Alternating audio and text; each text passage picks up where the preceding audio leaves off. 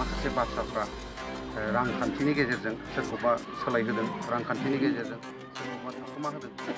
इउपिपिएलआ बे 14 चिराङाव देरहानांगौआ गोरलै नङा।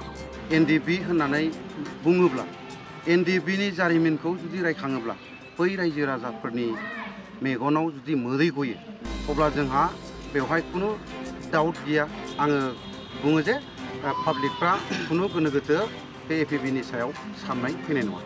गोबां फोथायनायजों बिटिआर सुक्तिनि माखासे जिथु रायजो राजानि हास्थायनाय आरो माखासे जिथु रायजो राजानो खोथा होनाय बेफोर जिनिसखौ फैलार जालांनाय जायफोर थालांनाय मावनो गोमालांजानाय आयदाफोर बेफोरखौ मावफुंनायाव दिनै गोहोनि दारै हागोन मिजिं लानानै दिनै बे 14 चिरां दुवार ब्लक एबिपि कमिटियावहाय एपिबिनि गासै सिन्था सरसा जाय थांखिफोरखौ लानानै एपिबिआ दाजादों बेनि गुबै बाथ्राखौ गुदि बिथाखौ मिथियोबा हयथ' रायजो राजाफ्राबो फोथायनायाव फैयो। बिपिएफ होननानै बुङोब्ला 14 चिरां दुवाराव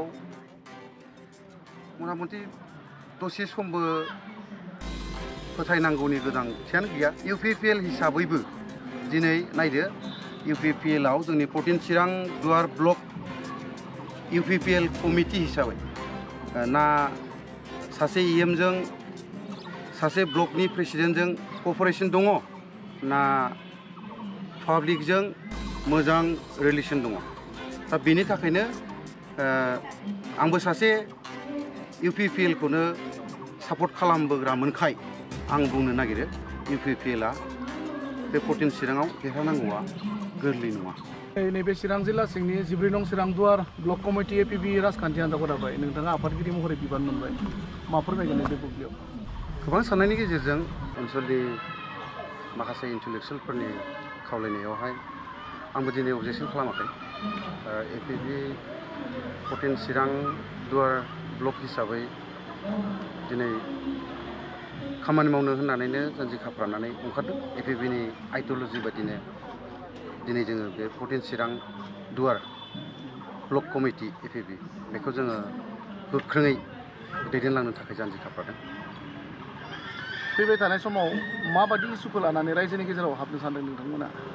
ओरैनोथ' नायदो दिनै बिटिआर सुक्ति जायखौ जोङो गोबां फोथायनायजों बिटिआर सुक्तिनि माखासे हेफाजाब होनांगौ समफोराव जों गोबां हेफाजाब होबोदोंमोन। खिन्थु नायै नायै दिनै जोङो 5 बोसोर फरायनाय समसिमाव जों नुबाय माखासे जिथु रायजो राजानि हास्थायनाय आरो माखासे जिथु रायजो राजानो खोथा होनाय बेफोर जिनिसखौ जों फैलार जालांनाय नुदों। बेनिखायनो जायफोर थालांनाय मावनो गोमालांजानाय आयदाफोर बेफोरखौ मावफुंनायाव दिनै बे एपिबि दोलोनि दारै हागोन मिजिं लानानै दिनै बे 14 चिरां दुवार ब्लक एबिपि कमिटियावहाय आङो जगदान जादों। नोंथांमोननि जे दोलो गोदान दोलो बेखौ दासिम रायजो राजाफ्रा फोथायनो गोब्राब मोनदों जे बिजेपि दोलोनि थोननाय बा माबा मोनसे दोलोनि थोननायाव नोंथांमोना बे एपिबि होननाय मोनसे राजखान्थि हान्जाखौ दोलोखौ दादों होननानै बुंदों। दा नोंथाङा गोदान आफादगिरि नोंनि मोन्दांथियाव माबायदि? बेखौ जोङो रायजो राजानो सिखार जागोन। जेब्लानाखि जोङो रायजो राजानि खाथियाव थांनानै एपिबिनि गासै सिन्था सरसा जाय थांखिफोरखौ लानानै एपिबिआ दाजादों बेनि गुबै बाथ्राखौ गुदि बिथाखौ मिथियोबा हयथ' रायजो राजाफ्राबो फोथायनायाव फैगोन। हयथ' बेवहाय सोरनिबा माखासे मानसिफोरनि थुलुनाबो थानो हागौ। बेनि थाखाय रायजो राजाया दिनै खोमसि फोथायनायाव थादों। जेरैहाय आथिखालनि राजखान्थिगिरिफोरनि माखासे बाथ्राफ्रा रांखान्थिनि गेजेरजों सोरखौबा सोलायहोदों, रांखान्थिनि गेजेरजों सोरखौबा थाखोमा होदों। दा गतिके जोङो एपिबिनि आइडिय'लजि मथे जों रायजो राजानि खाथियाव जेब्ला थांगोन अब्ला रायजो राजानो निस्सय जों खिन्थागोन। अब्लानो रायजो राजाया मिथिनो बिपिएफ आरो इउपिपिएल दोलोनि जे थासारि 14 नं चिरां दुवाराव नोंथांनि नुनायाव माबायदि? ओरैनोथ' बिपिएफ होननानै बुङोब्ला 14 चिरां दुवाराव मथा-मथि दसे समबो फोथायनांगौनि गोनांथियानो गैया देरहागोन माबायावहाय।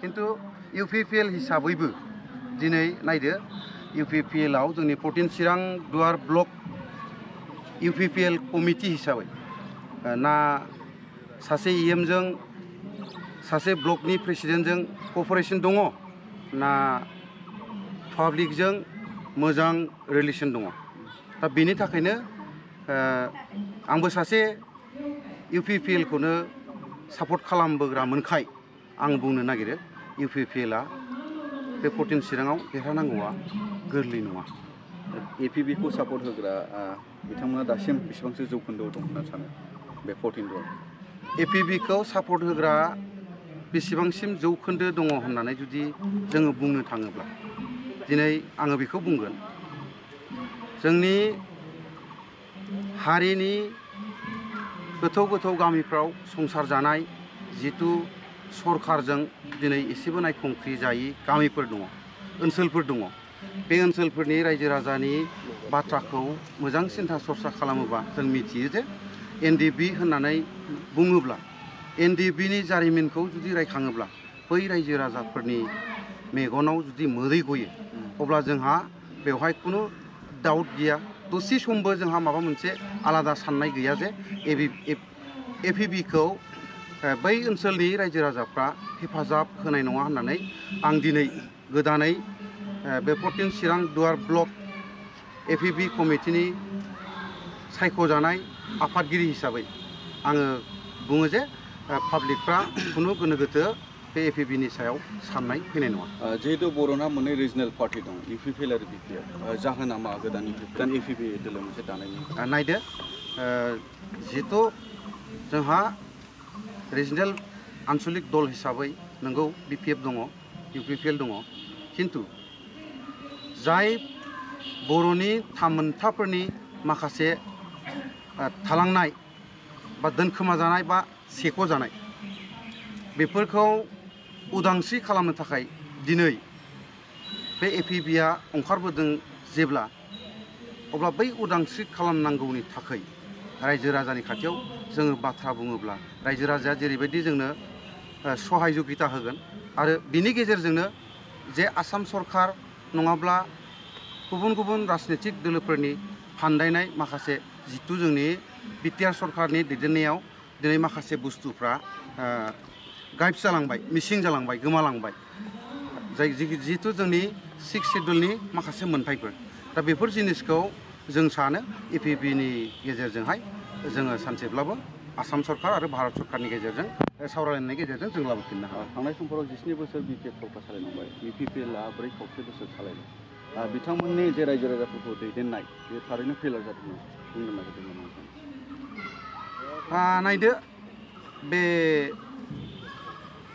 रायजो राजाफोरखौ दैदेननायाव फेलार जानायनि बाथ्राया बेनो आंनि नुनायाव आङो बुंनो सानो जे जितु BTC आव जोंहा डिपुटि चिफ हिसाबै खाम्फा बरग'यारि गोबां 15 बोसोर इन्टारियामखौ लानानै 17 बोसोरानो बियो सालायलांबाय नाथाय बिथांनि मावनाया थारैनो सोरनिबा थाखाय मोजां जायोब्लाबो नाथाय ब्लक लेभेलनि माखासे दैदेनगिरिफोरनि थाखाय गामियारिफोरनि रायजो राजाफोरनि सायाव बहुद माने गोहोम खोलैदों नांगौ बायदि मावनो हायाखै